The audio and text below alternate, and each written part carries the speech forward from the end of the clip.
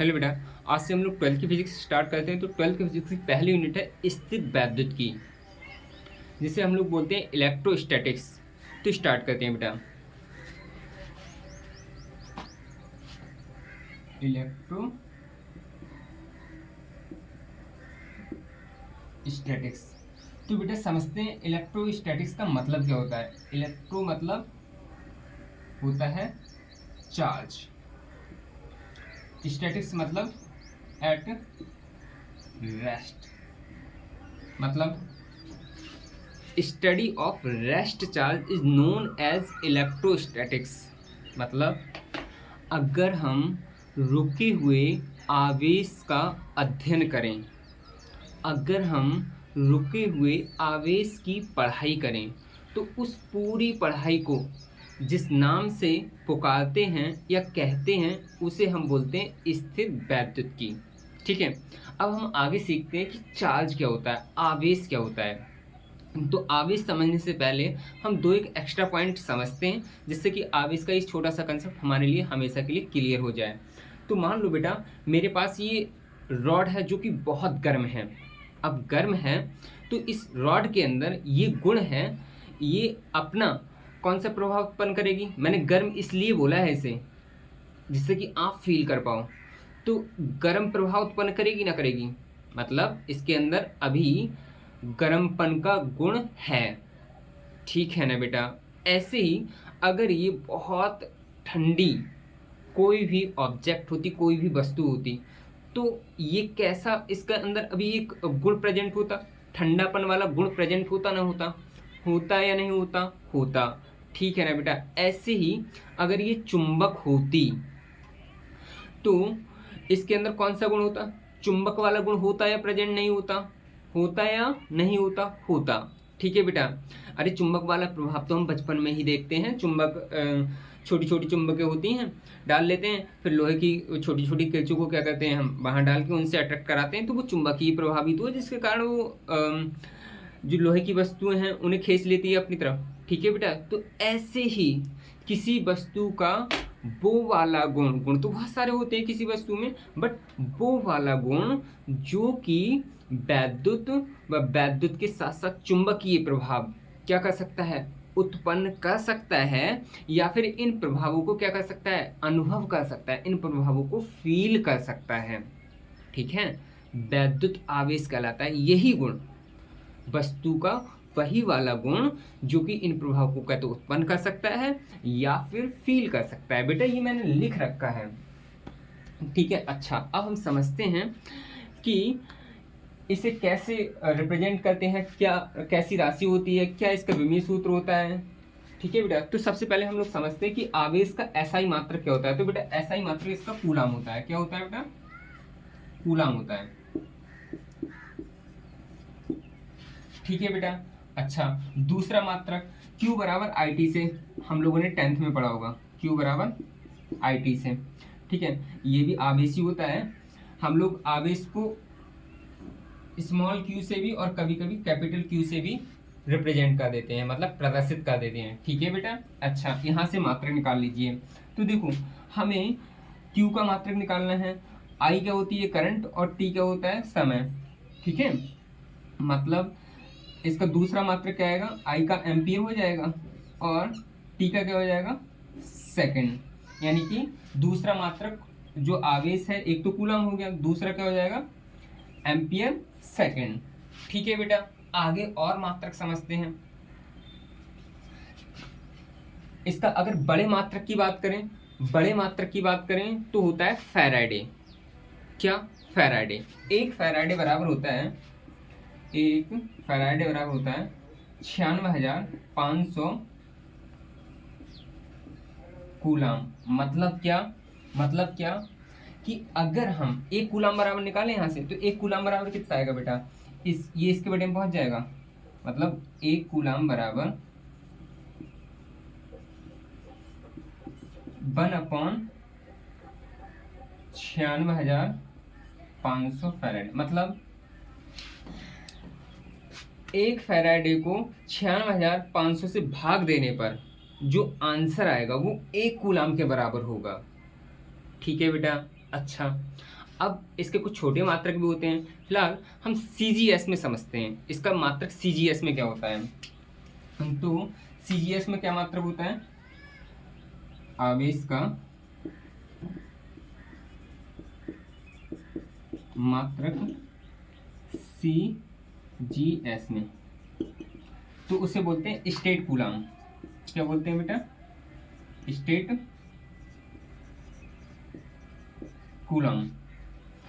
ये होता है एक कूलाम बराबर 3 × 10⁹ स्टेट कूलाम।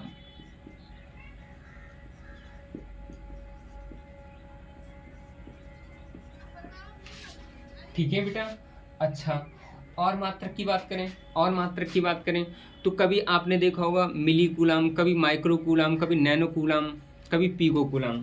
तो देखो बेटा, तो अगर आपको दे एक मिली कूलाम, तो एक मिली कूलाम बराबर कितना आएगा? 10⁻³ कूलाम। एक माइक्रो कूलाम बराबर कितना आएगा? 10⁻⁻6 कूलाम। और एक नैनो कूलाम बराबर कितना आएगा? 10⁻⁹ कूलाम। एक पीको कूलाम बराबर कितना आएगा? 10⁻12 कूलाम। आपको बेटा ऐसे भी इसे याद कर सकते हो, मिली माइक्रो नैनो पीको। अब ऐसे याद कर लिया, ठीक है बेटा। अब इसकी जो पावर है वो 3 करके बढ़ाते जाइए। पहले वाले की 3, दूसरे वाले की 6 मिली माइक्रो नैनो पीको, दूसरे वाले की 6, तीसरे वाले की 9, चौथे वाले की 12। ठीक है, और माइनस में लगाना है इसे। जब इसे मिली को हटा रहे हो ना, तो पावर माइनस में लगाना है। माइक्रो को हटा रहे हो तो पावर माइनस में, नैनो को हटा रहे हो माइनस में, पीको को हटा रहे हो माइनस में, और अगर लगाना होता तो प्लस में लिख देते। फिलहाल अभी मैं इन्हें चेंज करना नहीं बता रहा हूँ, आप इतना नोट कर लीजिए। ठीक है बेटा, ये सब कुछ हो गया। अब आगे हम लोग क्या सीखेंगे? आगे हम लोग अगर बात करें इसकी, तो कैसी राशि होती है? तो बेटा ये स्केलर राशि होती है। कैसी होती है? स्केलर मतलब अदिश राशि होती है। कैसी? अदिश राशि होती है। अच्छा, इसका विमीय सूत्र की बात करें तो विमीय सूत्र हम यहाँ से निकाल लेंगे। तो हमारा जो फॉर्मूला है Q बराबर IT, मतलब Q का विमीय सूत्र। ठीक है, ऊपर लिखा है, कोई नहीं। तो I का विमीय सूत्र, I मतलब करंट, और करंट का जो विमीय सूत्र होता है उसे हम किससे लिखते हैं? A से। ठीक है, और फिर समय का विमीय सूत्र मतलब T से। तो इसका क्या आ जाएगा? AT। ये इसका क्या हो गया? विमीय सूत्र। राशि कैसी हो गई? ये अदिश राशि हो गई। कोई दिक्कत वाली बातें नहीं होना चाहिए। ठीक है बेटा। अच्छा, अब हम लोग सीखते हैं कि आवेश कितने प्रकार के होते हैं। तो आवेश बेटा 2 प्रकार के होते हैं। कितने प्रकार के होते हैं आवेश? 2 प्रकार के होते हैं। आवेश कितने प्रकार के होते हैं? 2 प्रकार के। Number 1 negative, number 2 positive. मतलब इसे हम बोलते हैं ऋण आवेश, ऋणावेश, और इसे बोलते हैं हम धनावेश। इसे हम लोग बेटा नेगेटिव चार्ज कहते हैं। क्या कहते हैं? नेगेटिव चार्ज, और इसे हम बोलते हैं पॉजिटिव चार्ज। ठीक है बेटा, ये सब कुछ हो गया। अच्छा, नेगेटिव चार्ज है तो उसका क्या मतलब है, और अगर पॉजिटिव चार्ज है तो उसका क्या मतलब? बेटा आपसे क्वेश्चन में पूछ लिया जाता है कि एक वस्तु पर प्लस चार्ज है तो इसका क्या मतलब है, और अगर माइनस चार्ज है तो इसका क्या मतलब है। मान लो मेरे पास ए कोई वस्तु है जिस पर प्लस चार्ज है, और बी कोई दूसरी वस्तु है जिस पर माइनस चार्ज है। इसका मतलब क्या है? इसका मतलब ये है कि अगर प्लस चार्ज है, इसका मतलब ये है कि इसने दूसरी किसी वस्तु को इलेक्ट्रॉन दान किए हैं। इलेक्ट्रॉन क्या किए हैं? दान किए हैं। ठीक है बेटा, अब जब दान किए हैं तो क्लियर है कि इसका जो मास है वो कम होगा। कितना कम? अगर मान लो एक इलेक्ट्रॉन अगर दान किया है, हम लोगों ने केमिस्ट्री में पढ़ा है कि इलेक्ट्रॉन का जो मास होता है वो कितना होता है, एक इलेक्ट्रॉन का मास होता है 9.1 10⁻31 किलोग्राम। अगर एक इलेक्ट्रॉन, मान लो ए ने एक इलेक्ट्रॉन बी को दिया है, तो एक इलेक्ट्रॉन दिया है मतलब 9.1 10⁻31 किलोग्राम वजन अपना क्या कर दिया, कम कर दिया।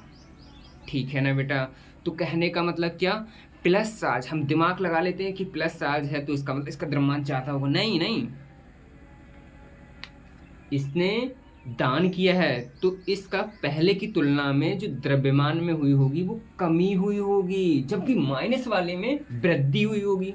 माइनस वाले में वृद्धि कितनी, तो माइनस वाले में बेटा अगर एक इलेक्ट्रॉन लिया है तो इतनी क्या हुई होगी, उसमें वृद्धि हुई होगी। तो कहने का मतलब क्या, प्लस चार्ज दिखाता है वो द्रव्यमान की कमी दिखाता है, और माइनस चार्ज क्या दिखाता है, द्रव्यमान की वृद्धि दिखाता है।